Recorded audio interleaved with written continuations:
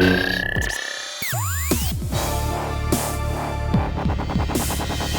this every time, but we really love doing these. It's fun to be able to kind of ignore other meetings for the morning and just talk Star Wars. So thank you all for joining. We're excited. We're gonna move through kind of quickly. I think we've got 6 fan sites, and we want to make sure we get to all 5 rounds of questions. So we're gonna kick it off, and we'll start with Dominic from Star Wars Underworld. Hey, good morning, guys.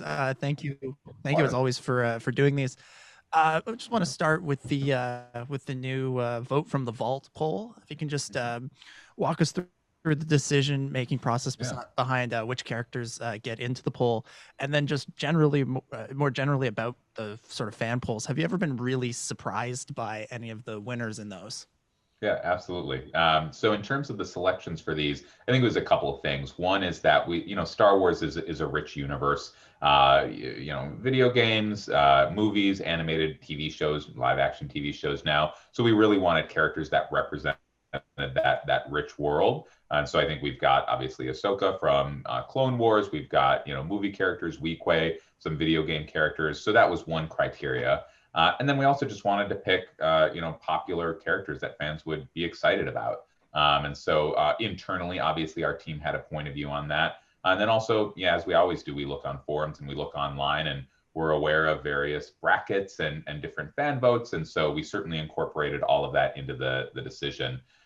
In terms of fan votes, I think we are always surprised. I know for our Empire Strikes Back Black Series one, I was personally pulling for Lobot, but Luke Skywalker was a great selection as well. And so I think we all have our personal opinions and hopes, but then we're always happy to go with the ones that the fans choose. Cool. Thanks, guys. Absolutely. All righty. Chris from Jedi Business. Good morning, guys. Some of the announced action figures during FanFest were made available to premium members before they were made available elsewhere, but Star Wars was excluded. Why? Yeah, no, it's a good question. I think a similar situation happened with New York Toy Fair last year. We can't really speak to what other brands choose to do. I know for our brand, obviously, we talk about balance in a lot of different things. And I think here as well, there's a balance between, obviously, like we care a lot about Pulse, and we want to drive that. But, we know that, not all fans have access to Pulse, certainly around the world. Pulse is amazing, but it operates in the UK, US, and Canada. And so wanting to give kind of, fair preference to fans around the world and our different valued retail partners. And so those were some of the factors that went into that decision. Absolutely. Jake from Forlom to Zuckus. It's always a tongue twister. All right. Thanks for having us, guys. Question number 1. You specifically mentioned during the Fan Fest stream that there's been an increased interest in the vintage collection line. Now, what kind of metrics go into determining that? Is it sales? Is it social media, and et cetera? And how does that change your plans for the line going forward? Yes, so I think it's all of those things. So sales is certainly kind of, one of the most important things, and pre-orders is a big part of that. Pre-orders, as we've said, we acknowledge that there have been some bumps, and so we're addressing those, but they are very valuable in letting us know kind of what the demand is and then affecting that future forecast. So pre-orders are key as well. Social media is important. Obviously, we read a lot of the forums. We're aware of the various petitions. And so it does impact the line going forward. We mentioned this on several live streams. I think on our June live stream last year, in response to some of those petitions, we said it was definitely noted, and we were going to, increase maybe slowly at first, but the amount of vintage moving forward. We said in our January live stream that this year, 2021, would see more new characters in the vintage line, not necessarily new tooling, but new characters, new items. Since any year since the Vintage Collection 2.0 launched. And so basically, I think we'll continue to do a little more. And if the demand continues to be there, we'll keep driving it further. Right on. Awesome. Cool. Arnie from Star Wars Action News. Hey, Arnie. Hey, good to see you again. You too. You talked about the Vintage Collection gaming great figures, and we got some good pictures of that. Didn't see the back. Are they going to be numbered like regular Vintage Collection figures? Yep, they will be numbered. So basically, kind of our standard moving forward is HasLab items, won't be numbered within the overall Vintage Collection, just because obviously that's a big ticket item. But essentially any other items, exclusives, just like we've done in the past with TVC 2.0, those will be numbered within the overall line. Okay, and why have the game logos not in the box at the top? I know you used to do the expanded universe logo. Yeah, we talked about this with another fan site. Basically, again, it's kind of this balance. We do the same thing in Black Series with our Gaming Greats line on the 4.0 packaging that launched last year. It's kind of a consistent stripe for gaming. It's just we didn't want kind of this long tail and this rabbit hole of all of these different logos for all the different video games. And so the expanded universe, I think there was a suggestion in a previous interview about a gaming logo. That just doesn't have kind of, value or history with the fans the same way the expanded universe did. So this was the solution that we hit on, but we're definitely open to impacting that in the future. All right, thank you. Absolutely. Lacey from Star Wars Newsnet, a familiar face from FanFest. Hello, good morning. How are you guys doing? Hey, so first of all, congrats on a successful FanFest. I think as of this morning, it had over 190,000 views, like huge success. My first question is, because it was so great, and I know people are moving into more, probably towards the fall, more in-person events, are you guys going to continue to do a bigger scale thing like that? Yeah, no, it's a good question. And certainly we are eager and so excited to get back to in-person events, both just personally and also Yes. to be with the fans again at conventions. But as you said, obviously FanFest has been great. PulseCon was great last year. And so I think, again, we'll see a balance of those things moving forward. I don't think it'll be one or the other. They're both valuable in different ways. Again, it's great to get to in-person conventions. And it's been so long since I've gotten to talk face-to-face with fans and just What is a person? chat in the booth and I know, right? And so that's certainly important. That being said, we love that, fans everywhere, are able to tune into FanFest and PulseCon and not have to travel to a convention. So I think they'll both have a place moving forward. Awesome. Thank you. Absolutely. Thank you. All right, Dan from Star Wars Collector. Good morning. Yeah, a lot of readers are asking why there were no reels at the Fan Fest for Vintage Collection or Black Series Boba Fett or Blurred. Are those being currently in production? Are you guys working on them? Or so we can't speak to anything that hasn't been kind of officially announced or released. They're all things that we have considered, and they're things that we're aware of that fans really want. And we do know that they would sell really well, and there's a huge demand for them. And it is, while we can't announce anything right now, it is something that we are aware of, and it's something that would be really cool to get in the line, especially for like a 6-inch blurg. That would be really cool. So, yeah. thank you. Awesome. All right, Dominic, back to you. Cool. I just want to go back to the Gaming Greats reveals from the Vintage Collection for a second. I noticed that they're all troopers for this new wave. Is there any particular reason why you went with an all trooper wave, and is there thought of getting some more non-trooper characters released in that line in the not too distant future? Yeah. So the troopers kind of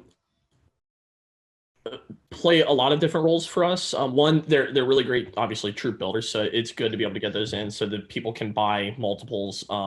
They are, especially for kind of new SKUs and new lines for us, they're a little bit easier to get out just because they are a lot of times you're using existing molds or partial tools or redecos. And some of those characters also originally appeared in the Black Series Gaming Greats. So we were able to kind of take a lot of inspiration from those and a lot of development done on those to just bring down to the other scale. Obviously, it would be really cool to get in non-trooper figures. There are a lot to choose from for that. So it's something that we are considering, and something that hopefully, if the Vintage Collection Gaming Greats do really well, we can see more of those characters in the future. And obviously not all of them are troopers. So no problem. Cool. Thank you. Awesome. All righty, Chris, back to you. You mentioned in the live stream that the Vintage Collection specialty waves are going to get their own SKUs. What does that really mean for us fans? Does that mean that we'll find those figures at other places besides Target and the fan channel, or does that mean that the character selection within those specialty waves is going to have a closer focus on the collector instead of more the casual fan? Yeah, basically it means they'll have their own UPC. They'll live on their own peg at retail other than the mainline waves. We know that this has been a pain point and a concern with existing fans, since the specialty waves are geared towards the new collector. And so there's been concern that if they show up on pegs, they'll peg warm and block future waves that the existing fans are really interested in. So basically it means that if brick and mortar retailers want to take these, they'll live on a different peg and they won't block waves of the main line. So the goal is not that they'll expand. Obviously, if brick and mortar retailers want to take them, they can. But the goal is that these are still geared towards those online retailers. Basically, as we announced in the live stream, the recently announced specialty wave will come in small numbers to brick and mortar retailers this fall, just because they need it to bridge the gap between mainline waves, because vintage collection demand is increasing, which is great. So the plan is still that these will be geared towards the newer fans, main characters to bring new fans into the line. We've seen success with that. And then we'll continue to reserve 1 or 2 slots in our mainline waves for repacks geared towards the existing fans, whether those are reissues or super articulated characters on a vintage collection card for the first time. Gotcha. Thank you. Awesome. Yep. Jake, you're up next. All right, back to the gaming greats. In regards to the Electro Staff Purge Trooper from the Gaming Greats subline, will this figure have a removable helmet, as it appears to be based on previous trooper designs, which do? And will this mean that an airborne trooper is possible now in TVC and TBS, since Purge Troopers exist in both of those lines? So in regards to the helmet, it is non-removable for this figure. One of the things we try to do on characters in particular is if they don't have the helmet removable, normally in entertainment, especially kind of going forward, we try to it helps us to try to like just rein in the character if it's they do not remove the helmet in the entertainment. So at the moment, it is non-removable for the helmet for him. And in terms of the airborne trooper, it is a really cool design. We currently don't have any plans for that character at the moment, but now that we do have that Purge Trooper, it certainly does open up that door for us to be able to do in the future as we look for other exclusives and other things that we can potentially do. Interesting. Cool. All right. All Thank right, you. Arnie, what do you have for us?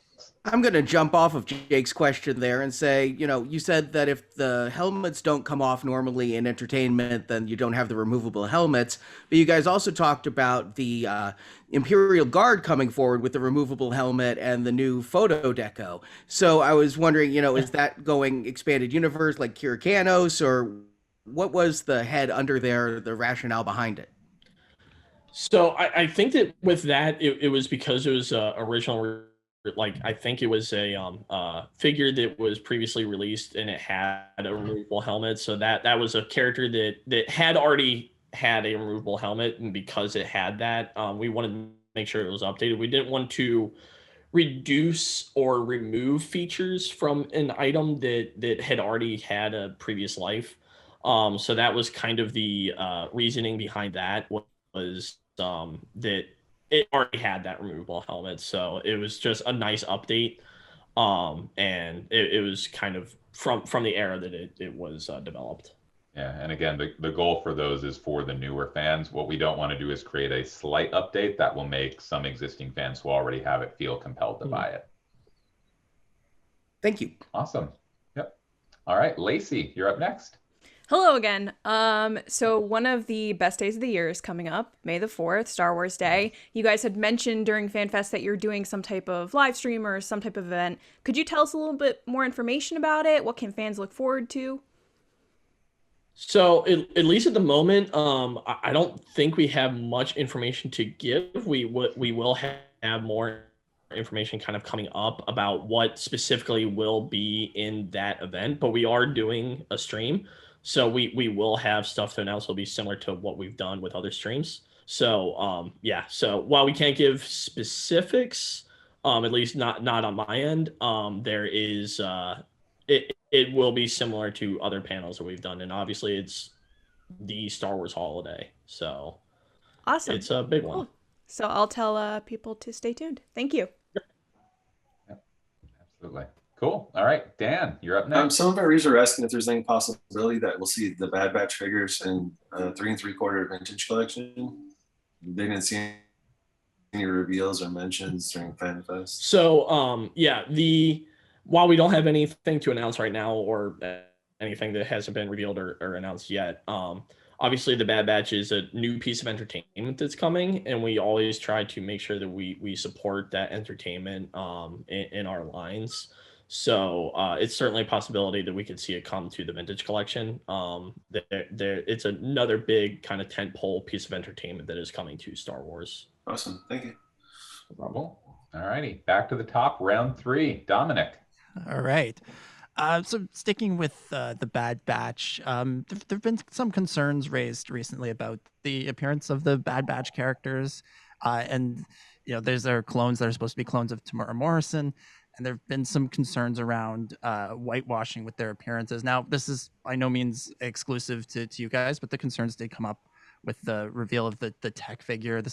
And this is a conversation that extends to other licensees and the show itself. But do you guys have any comments on these concerns? Yeah, I mean, obviously, so, we work closely internally with Lucasfilm, with Disney, with our design team. We always kind of do our best to bring characters to life. We strive for the most accurate design possible. We've got a lot of different resources at hand. We've got a lot of different reference material. And again, we work closely, our design partners with Lucasfilm, with Disney. For these figures, the specific figures, you mentioned tech based on the Bad Batch. Obviously, we drew that inspiration from the entertainment, kind of directly from that, as we do with all figures. We used our photoreal technology, which is great across Black Series and Vintage, to try to achieve the most accurate likeness possible to the entertainment. As with all of our figures, hopefully we did those characters justice in the entertainment. But as we say with everything, we're always listening to you guys, to the fans, to your readers and listeners on how future figures can be improved. So definitely let us know your thoughts. We're always kind of looking at our processes and refining those to ensure that we provide kind of the best, highest quality, most accurate figures possible. So thanks for the question, and definitely let us know your thoughts moving forward. Cool. Appreciate the answer. Thank you. Absolutely, no problem. All righty, up next, I believe, is Chris from Jedi Business. Yeah, so when you revealed the vintage collection Luke Skywalker Hoth figure, Eric, I think that when you held the figure up into the camera, it had the collar around the neck.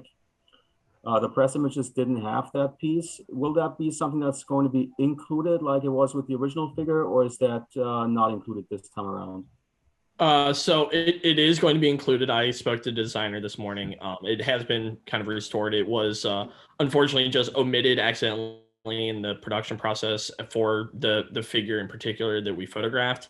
So the figure that I had that I revealed was an actual sample that I was able to show. So it was just part of the process that we have when we get in multiple samples at various stages. Sometimes things can be missing, and that's something that we normally comment on and make sure that they are not missing moving forward.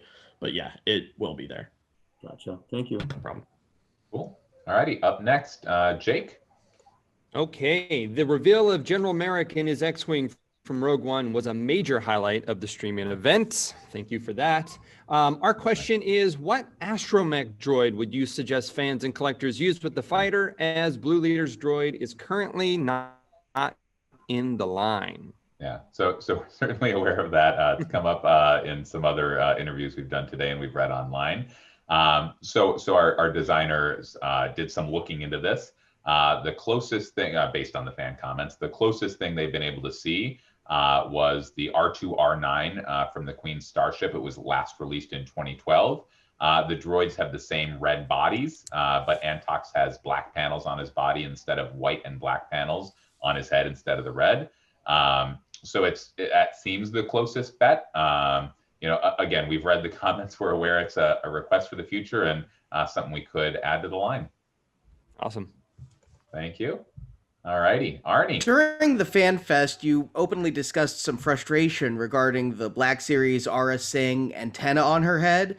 And given that the Black Series is a larger scale of figure, can you talk about some of the architectural problems that prevented making a more to scale antenna? And is the antenna removable for those who want to either just not have it distracting or try to custom their own?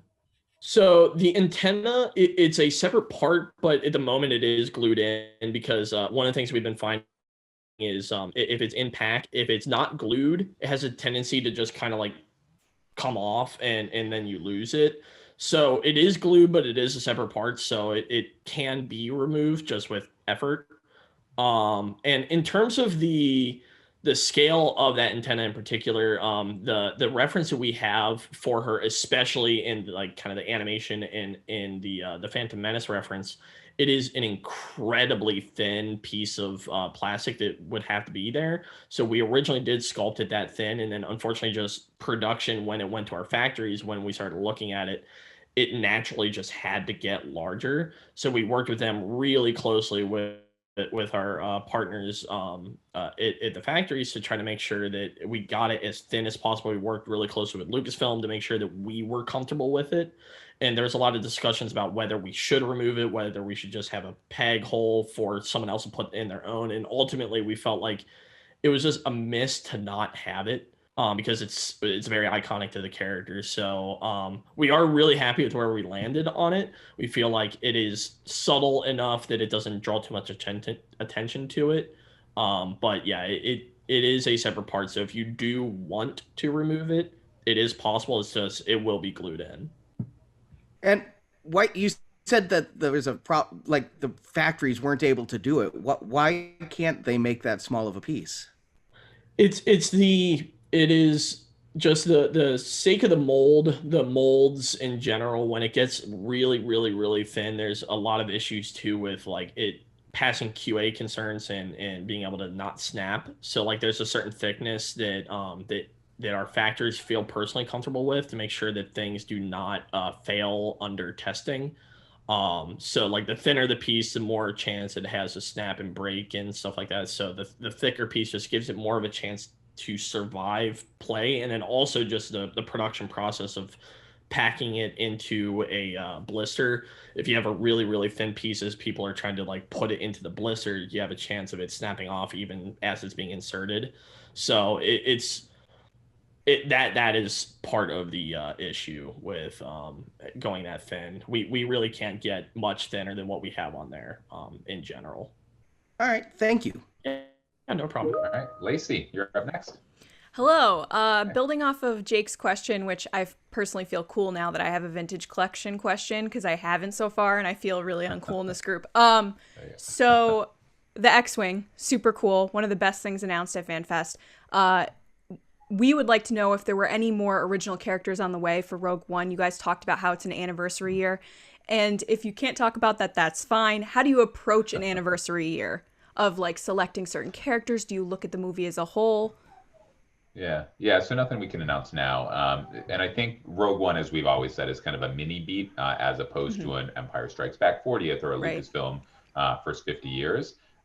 So nothing to announce now. That being said, kind of moving forward, whether it's this year or beyond, like we know that Rogue One is seen by vintage fans as, kind of adjacent to or in the spirit of the original trilogy and is really beloved. And so it's certainly, something we're focusing on in the future. And we have definitely not seen the last of Rogue One in the vintage collection. I always want to say it's a fan favorite, but I know that everyone likes certain movies separately, but I feel like collectively people enjoy Rogue One. Yeah, absolutely. Awesome, we do too. Thanks. Cool. Yep. Dan? Hey, so some of our readers are asking why most of the popular characters aren't showing up when they're debuting in programs and stuff, and they're asking, doesn't Disney give you guys enough time to actually produce and manufacture these toys to actually be released when like the Mandalorian Boba Fett figure was shown and stuff like that, or when he was revealed in the Mandalorian? So certainly, as always, we've got a great partnership with Lucasfilm and Disney, and and we certainly trust them on when to, allow us access to certain assets. And certainly there's kind of no change in the past several years. I can go back to The Force Awakens and that old man Luke Skywalker Jedi Master we weren't able to put out until 2017, and we've said publicly like we saw him on screen the same time that you guys did. And so there are certainly some assets that are always like that. Jon Favreau has said publicly that Grogu, I guess the child as he was known in season 1, we saw him on screen the same time you guys did. So there's always going to be things in that camp, and we'll always work to get them out as quickly as possible. And then there's obviously always other characters that we do see beforehand and we're able to get out a little more quickly. But again, yeah, as with a lot of things, our interests are aligned here. We're on the same page. For hot characters like that, we want to get them out as quickly as possible, and we're doing everything we can to do so. Thank you. Absolutely. All right, back to the top with, I'm looking at my list here, Dominic. All right. Speaking of, Mandalorian characters that took a little while to get out there, Baby Yoda, Grogu. One of the most talked about reveals you guys have made recently, I feel like, is the Galactic Snack and Grogu. Can you sort of walk us through the design process for that guy? And who was it that came up with the idea of a Baby Yoda that eats cookies? I'm trying to think of who it was specifically that came up with the idea. It was I feel like it was part of like a brainstorm as we were trying to develop what we could do with Grogu, because and one thing that we saw, especially in season 1 and even more so in season 2, was that he just was constantly eating. I think he had like a new snack on almost every episode. So it was something that it lent itself really well to that, and it was like a really, really cute play pattern that you could have with that, and especially since we were going that kind of animatronic route, it allowed for a lot of life to be brought to that character, where he felt like his own little like standalone thing that kind of had its own life kind of on the shelf. So in terms of the process that went into making that, obviously it's a lot more complicated than most of our like action figures we do, because you not only have to deal with a larger scale, you have to deal with a hugely popular character that has a lot of eyes on it. You have the animatronic aspect of it, so you have to make sure that all the animatronics work as intended, and make sure that it is reliable through all the testing, and make sure that it works the same for everybody. And then obviously, because he has all those different accessories, we want to make sure that he could hold each one of those accessories, and they're all very different sizes. They're very different shapes and stuff like that. So there's a lot of consideration that went into making sure that the hand that we developed could hold all of those, that the accessories were compatible, that the articulation was good enough that he could be able to reach up and actually like bring the food to his mouth. So there, and we worked really, really closely with Lucasfilm and the Disney team and everyone out there to make sure that this thing was as accurate as possible, and just also really fun and cute. So yeah, that's kind of a brief overview of kind of what went into that figure.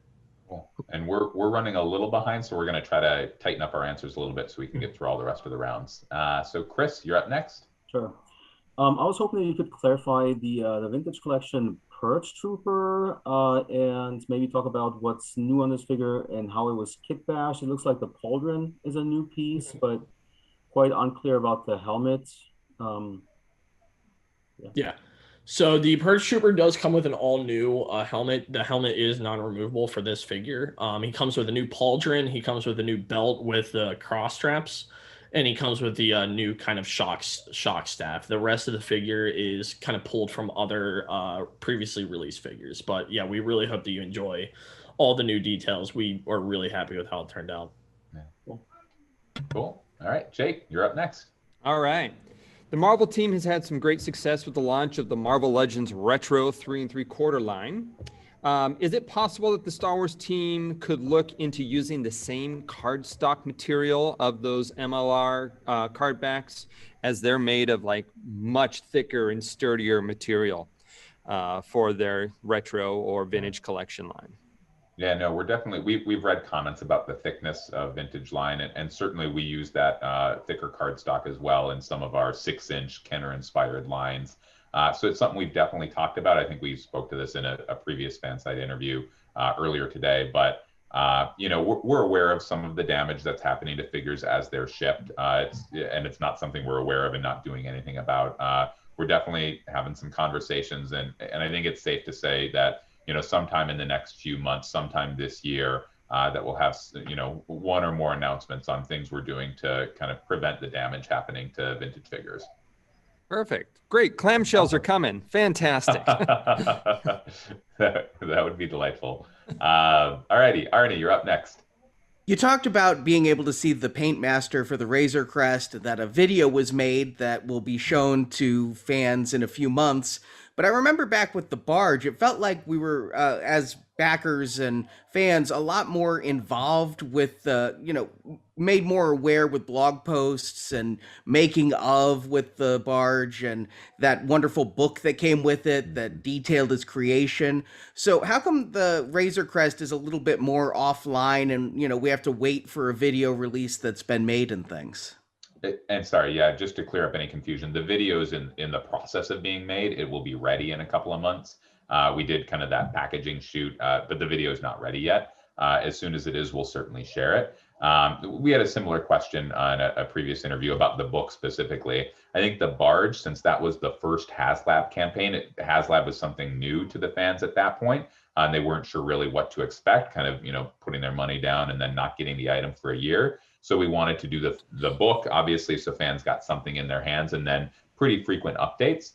We'll certainly be providing updates like we did on the live stream with some images and just some updates on where we are. The video in a couple of months when it's ready, probably something after that. But there are, I think, a little less updates in this campaign and in other Hasbro HasLab campaigns compared to the Barge, just because that Barge was that first one, and we wanted fans to be comfortable with HasLab, which I think they are now. But it's certainly good feedback, and I think you will see more updates coming in the coming months.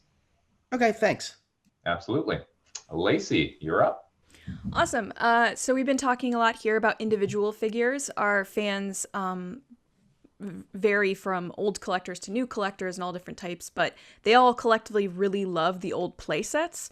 So the question was, is there any plan to introduce play sets into the vintage collection line moving forward? Yeah, so we've actually done more playsets kind of recently. So we did like the Jabba's Palace is one example of a playset that we did bring back. And it's something that we would like to continue doing moving forward. The vintage collection just lends itself so well to that world building. So yeah, if you guys have suggestions on playsets you would like to see, we do 100% read comments, so we would love to be able to see what fans would like to see out of playsets in the future. Some of the suggestions were the Death Star 2 wreckage or the Sith Citadel from Rise of Skywalker. Yeah, I'll bring that back to the team. Awesome, thanks. Thank you. Cool. Dan, you're up. How do you guys determine what products get sent to retailers in individual light brown Hasbro shipping boxes, i.e. the Amazon's Black Series 6-inch retro figures? Mm-hmm. And how come Best Buy's exclusive Black Series Phantom Menace figures didn't get the same treatment? Yeah, no, it's a good question, and kind of ties into what I said earlier. We're definitely aware of some of the discrepancies in packaging, and we've also read feedback and gotten feedback from fans on different ways that items are shipped from different retailers. Hasbro Pulse is in that mix as well. And kind of when we receive this feedback, we certainly bring it back and discuss ways we can improve that. So it's good to get this feedback, and it's something we will definitely address and if possible, impact moving forward. All right, thank you. Absolutely. All righty, back up to Dominic for the last round. All right, final round. With the Wedge Antilles helmet that you guys revealed, can you just tell us how that one compares, obviously, aside from look, to the previous Black Series pilot helmets? Yeah. So it will be comparable in terms of like the offering inside. So like there will be radio chatter. So obviously you are now Wedge. So you'll be hearing the radio chatter of all the other characters that are not Wedge. You'll have the sound effects. You'll have like the AT-AT blaster fire. You'll have their sound effects, the TIE fighters and stuff like that. So it'll be very comparable in terms of the offering. We wanted to make sure that you had a very similar experience between the previous release and this one. Obviously, whole new paint scheme. So that it will visually look very different on shelf than the previous release. But ultimately, it will be a very similar experience just from Wedge's point of view, not Luke's this time. Cool. Thanks for all the answers this morning, guys. Oh, yeah. Absolutely. Cool. Chris, you're up next. Sure. What was the reasoning behind putting the Black Series Aura Sync figure into the Clone Wars packaging and not in her debuted Phantom Menace packaging? So this was something that we actually discussed internally.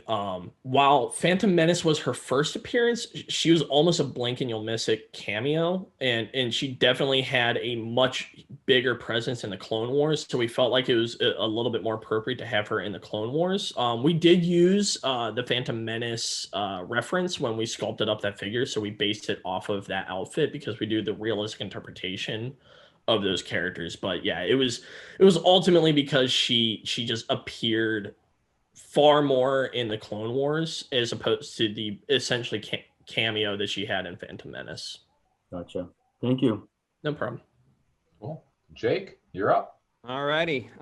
Chris B had my first question, so I'm going to go to my backup bonus question I sent there. And it says, will the gaming great scout trooper from Jedi Fallen Order include his little EC-17 holdout blaster? Because it looked like it was noticeably missing from the images.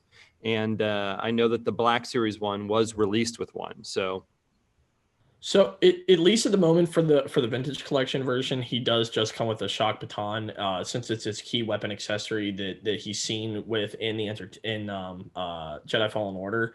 So that is what we considered to include with him, because that's just the most iconic version of what he has in the game. And since, at least for the shock baton troopers in that game, they pretty much only use that baton. That's pretty much all they use. So that was part of the reasoning why it only includes that. Gotcha. Thank you guys so much for all the answers today. I appreciate Absolutely. Yeah, no problem. Thank you. Arnie, you're up. So during FanFest, the Marvel team teased their next HasLab project, and I know Dan Yoon has been mentioning on Twitter a lot to start saving up money for it. And given that it's been a little while since the Razor Crest launched, will you guys also start telling people when to start saving their nickels to prepare for the next Star Wars HasLab? Yeah, so obviously nothing to announce at this point. But yeah, that was definitely kind of a learning we took from the Barge. Obviously, the Barge in 2018 was this brand new thing, this 45-day campaign. And then, obviously with the Razor Crest, we kind of made that tease a few months in advance. We'll certainly plan to do that again, obviously without, giving too much away. So the actual launch is special. But whenever we do our next HasLab, yeah, that's probably a pretty good practice moving forward. Okay, great. Thanks for the time this morning and including us. Absolutely. Thank you. Lacey, you're up. All right. Of all the things that you revealed and announced during the FanFest, which one is each of your favorite and why? Eric, you want to go? I think for me, it's probably the Aura Singh figure, just because there's so many unique elements to her, between like the incredibly long rifle, the stuff that we had to develop in terms of the antenna, the really long, like kind of creepy fingers that she has. So there's a lot of uniqueness to that figure in particular. And she just looks really cool and really different than a lot of the other figures we've done. So she'll look really striking kind of on shelf too. So that was mine personally. Very cool. And for me, I mentioned it on the stream, and so it's not just because it was brought up here, but Antok Merrick's X-Wing, just for a lot of reasons. I love Rogue One. I love the character. Love the battle at the end. I love a lot of things. And then obviously kind of the world building of Vintage is, important to us. We know it's important to fans. And so being able to do this and build out that world was important. Awesome. Thank you guys so much for taking the time. Absolutely. Yeah, no Thank you. Thank you. Dan, bring us home. Now that some tentative Black Series figure box redesigns with less plastics has been shown, what has the feedback been like, and how do you respond to those that want to see the figure in the packaging? Yeah, obviously kind of Hasbro and us on the Star Wars team, we're always doing ongoing research to ways to improve the customer's experience with our products. Not only the product, but also the packaging that the products come in. Despite any online conversation, we're not able to comment on any plans to announce new packaging for Hasbro products in general, or Star Wars products in specific. So, as with other, things that are out there that we haven't put out there, we just can't comment on it. Great, thank you. Absolutely. And thank you guys. Obviously said this at the top, but this is just a fun way for us to spend time. I also know, obviously, I think we've got folks maybe all on North America, but different countries, which is great. It's just great to see kind of the continued global growth and global interest. So thank you guys for spending the time, and we look forward to doing it again sometime soon. Awesome. Thank you. Awesome, Thanks again. Thanks guys. Thank you. Bye.